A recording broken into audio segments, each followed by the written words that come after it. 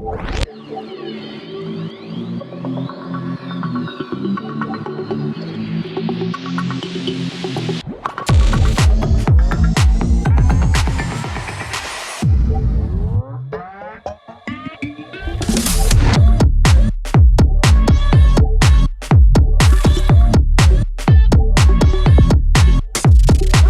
time for me to geek out a little bit over this beautiful Hergestellt in Deutschland Glashutte Original Panomatic Lunar that has been in production in some form for the past nearly 20 years.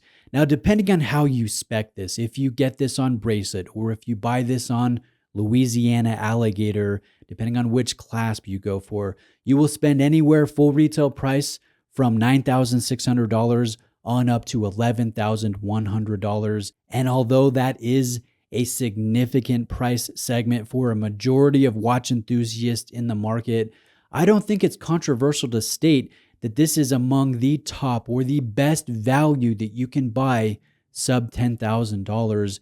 It really is executed to a top level from every avenue, from every aspect of the watch. It's impressive to an art form level. I know if you appreciate Grand Seiko like most of us do, or Jaeger-LeCoultre like most of us do, you will really appreciate the detail work displayed on a macro level, the conglomeration of complications, the colorway, the movement. This is a very impressive piece. So I will geek out a little bit. I will sound completely biased and in love, but that's nothing surprising. I like to feature watches that I am personally interested in or involved with. So let's talk about one of, if not the most beautiful movements on the market sub $10,000. This is the caliber 90-02 with 42 hours of power reserve, which doesn't sound like a lot, but we do have a variation, a plus or minus acceptable variation of 2.1 hours. So you could get closer to 44 or closer to 40. We have 28,800 beats every hour, 47 joules in this movement. And notice the hand engraved balance bridge that is visible behind dual black polished swan neck regulators. Those look so good. And I like this architecture. I like this in conjunction with your off-center 3/4 rotor with a 21 karat gold oscillation weight, and how that is sunk partially into your 3/4 plate below. This is architecturally sound and beautiful. It's simple, but it's also complex.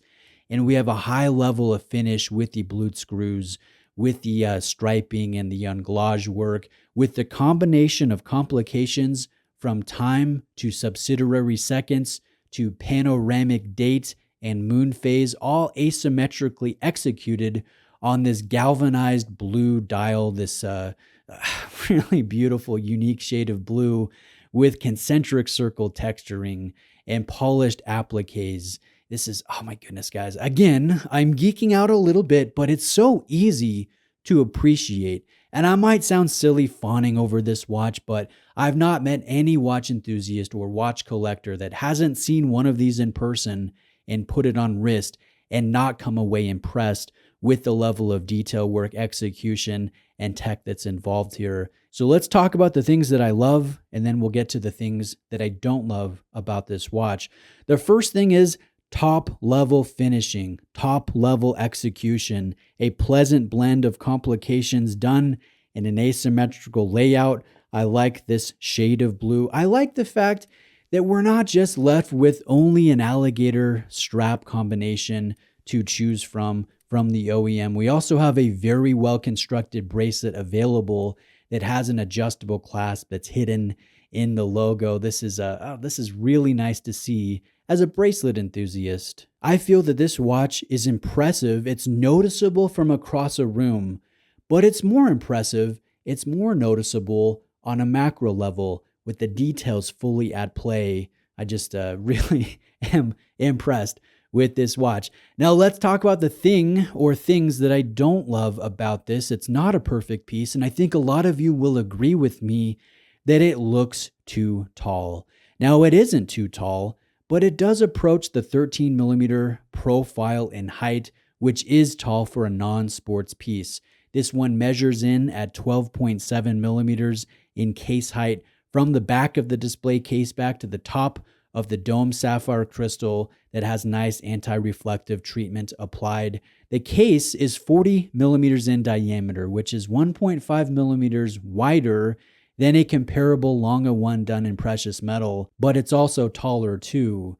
Now, the issue is not the height, it's the way it feels. So perhaps in the next generation of the Panomatic Lunar from Glashutte Original, they could play with how the lugs attach to the case, maybe try to thin out the case proportions or make the bezel more conical and less vertical so it doesn't feel tall at the periphery, at the edge of the circumference of the case. If they do that, I think this is going to be a more popular and a highly regarded piece that feels a little bit more refined. It still feels refined. It still is absolutely beautiful. It's easy to appreciate the art level displayed here in the detail work and execution.